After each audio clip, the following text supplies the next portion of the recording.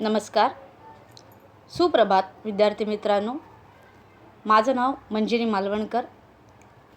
इयत्ता 9वीच्या या नवीन शैक्षणिक वर्षात मी तुम्हाला सर्वांचे स्वागत करते. विद्यार्थी मित्रांनो, इयत्ता 9वी मध्ये आपण सुरुवात करताना सर्वप्रथम आपल्या पाठ्यपुस्तकाची ओळख करून घेऊया. आपलं हे पाठ्यपुस्तकाचं मुखपृष्ठ तुमच्या समोर आहे. मराठी अक्षर भारती इयत्ता 9वी असं आपल्या पाठ्यपुस्तकाचं नाव आहे. तुमच्याकडे ही पुस्तकं उपलब्ध असतीलच. जर नसतील तर तुम्ही या नावाचं PDF डाउनलोड करून घ्यायचं आहे. ठीक आहे.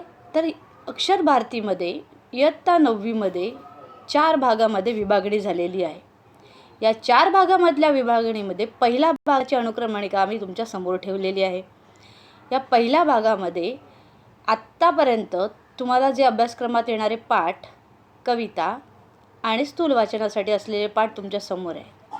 तर लक्षात घ्या, अनुक्रमणिकेमध्ये पहिली आहे सर्वात्मका शिवसुंदरा प्रार्थना. ही प्रार्थना तुम्हाला काव्यानंदासाठी घेतलेली आहे.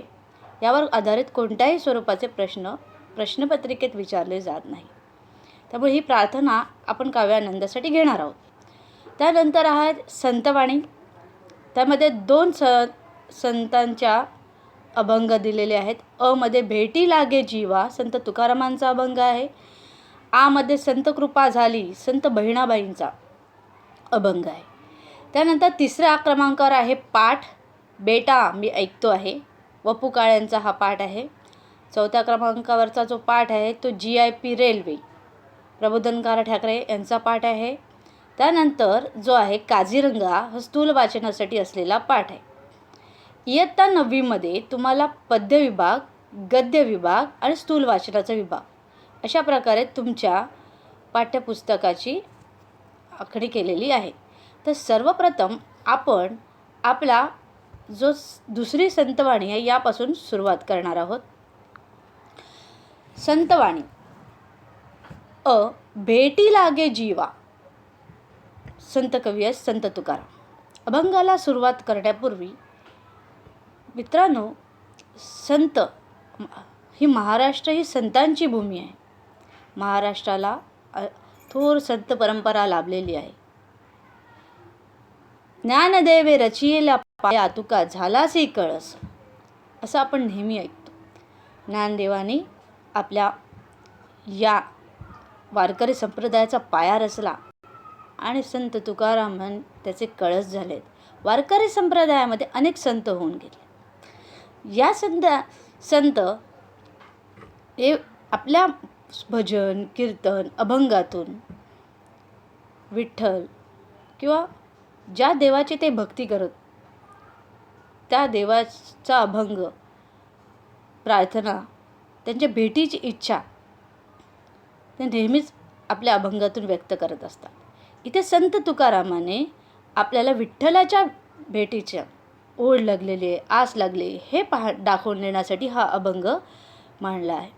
आपण पाहणार आहोत संत तुकारामांचा हा अभंग. संत तुकारामांचा अभंग पाहण्यापूर्वी आपण संत तुकारामांची ओळख करून घ्या. संत तुकाराम वेल्लोबा आंबेले मोरे. जन्म 1608, मृत्यू 1650. 1608 ते 1650 हा त्याचा कार्यकाळ. व्यवहार आणि अध्यात्म यांची सुयोग्य सांगड घालणारे वारकरी संप्रदायातील संत कवी. दांभिकता, दैववाद, अहंकार वृत्ती, दुराचार इत्यादींचा परखड समाचार त्यांनी आपल्या अभंगामधून घेतलेला आहे. प्रेम, नैतिकता, करुणा व ईश्वराभोवती सर्वांभूती ईश्वर या मूल्यांना प्रमाणभूत मानून आपल्या प्रापंचिक जीवनाचा आदर्श ते आपल्या अभंगातून मांडतात. प्रस्तुत अभंगांमध्ये संत तुकाराम महाराजांनी आपल्या मनातील विठ्ठलाच्या भेटीची समर्पकता दृष्टांतातून व्यक्त केलेली आहे. प्रस्तुत अभंग भेटी लागे जीवा हा सकल संत गाथा खंड 2 संत तुकाराम महाराजांची अभंग गाथा अभंग क्रमांक 11 यामधून घेतलेला आहे. तर सर्वप्रथम तुम्हाला अभंगाची सुरुवात करताना हा अभंग आहे. 5 दृष्टांतातून त्यांनी आपल्या विठ्ठलाच्या भेटीची ओढ स्पष्ट केलेली आहे. सर्वप्रथम मी अभंगाचे वाचन करणार आहे. हा जो अभंग आला आहे अतिशय प्रसिद्ध अभंग आहे. याचं स्वरबद्ध देखील केलेलं आहे. त्याची ध्वनिपीठ देखील तुम्ही यूट्यूबवर ऐकू शकता. हा अभंग वाचण्याचा मी प्रयत्न करते. भेटी लागी जीवा लागली सियास, भेटी लागी जीवा लागली सेयास, पाहे रात्रंदिवस वाट तुझी, भेटी लागे जीवा लागली सियास, पौर्णिमेचा चंद्रमा चकोरा जीवन, तैसे माझे मन वाट पाहे, तैसे माझे मन वाट पाहे, दिवाळीच्या मुळा लेकिया सावली, पाहतसे वाटुली पंढरीची,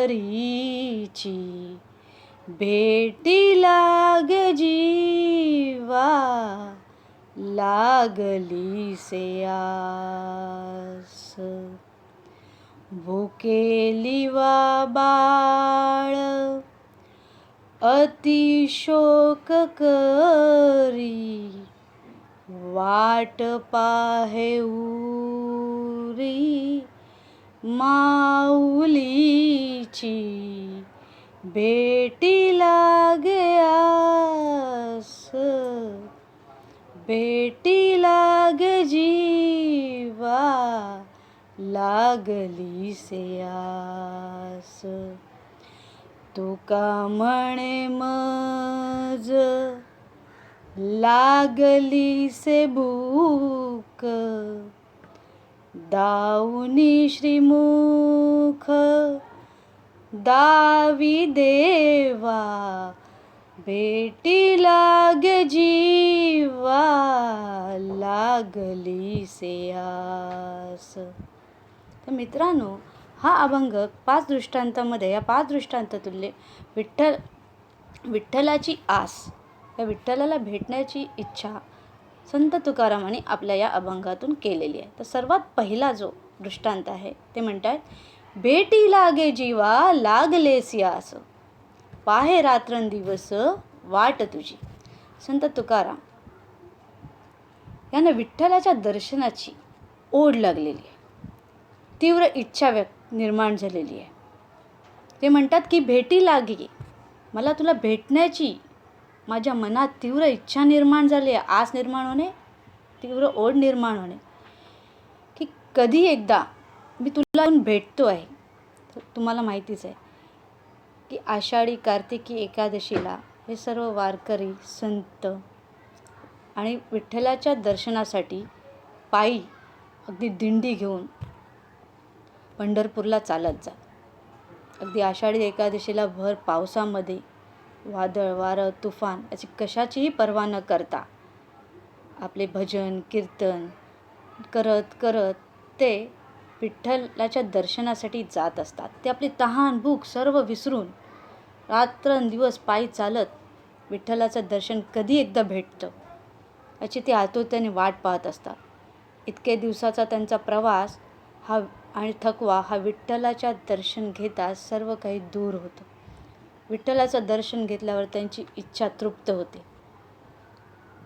मग त्यांना झालेल्या इतक्या दिवसाचा त्रास वगैरे सर्व काही ते विसरून जातात आणि आपल्या श्रीमुख देवाचं मुख पाहिल्यानंतर आपल्या मनामध्ये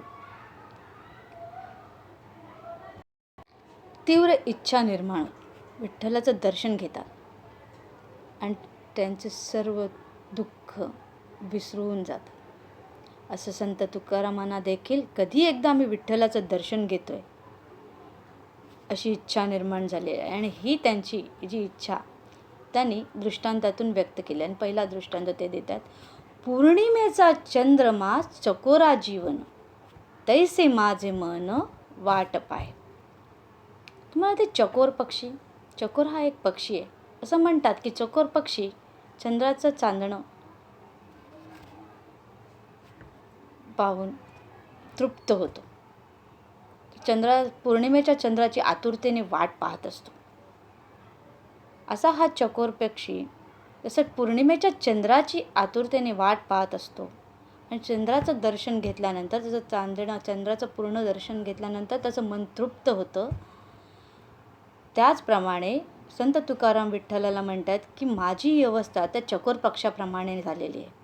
तो जसं चंद्राच्या चांदणं पौर्णिमेच्या चंद्राची वाट पाहत असतो, तसं मीही तुझ्या दर्शनाची वाट पाहत आहे. कधी एकदा तुझं दर्शन होतं अशी मला इच्छा निर्माण झालेली आहे. आतुरतेने तुझ्या दर्शनाची वाट पाहत आहे.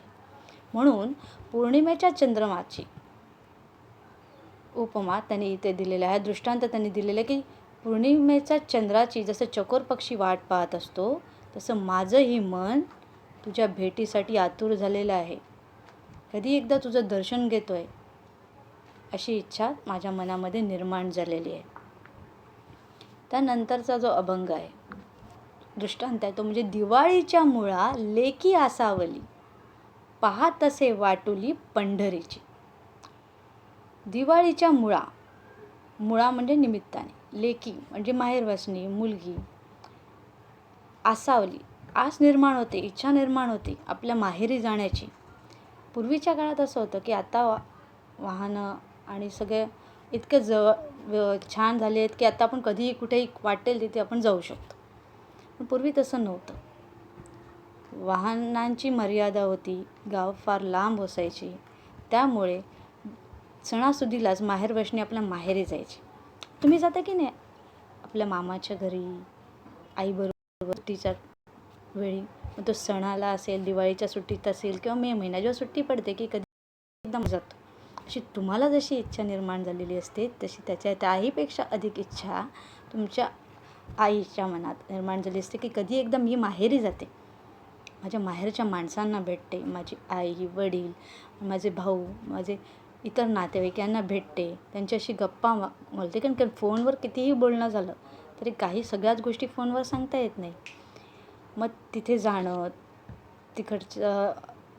तिकडच्या लोकांना भेटणं, आपलं गाव पाहणं, ह्या ज्या काय मजा असतात ते माहेरवासणीमध्येच, म्हणजे तिच्यामध्ये इच्छा असते की कधी एकदा मी माहेरी जाते आणि माझ्या माहेरच्या माणसांना मन भरून पाहते, त्यांना भेटते, आपल्या मनातल्या इच्छा गोष्टी त्यांना भरभरून सांगते. अशी ही अवस्था, जशी दिवाळीच्या वेळी दिवाळी सण कधी येतोय आणि मी माहेरी कधी जाते अशी इच्छा जेव्हा माहेरवासणींच्या मनात निर्माण झालेली असते, लेकींच्या मनात निर्माण झालेली असते की कधी मी माझ्या माहेरच्या लोकांना भेटते, आपल्या लोकांना भेटते. अशीच अवस्था संत तुकारामांची झालेली आहे.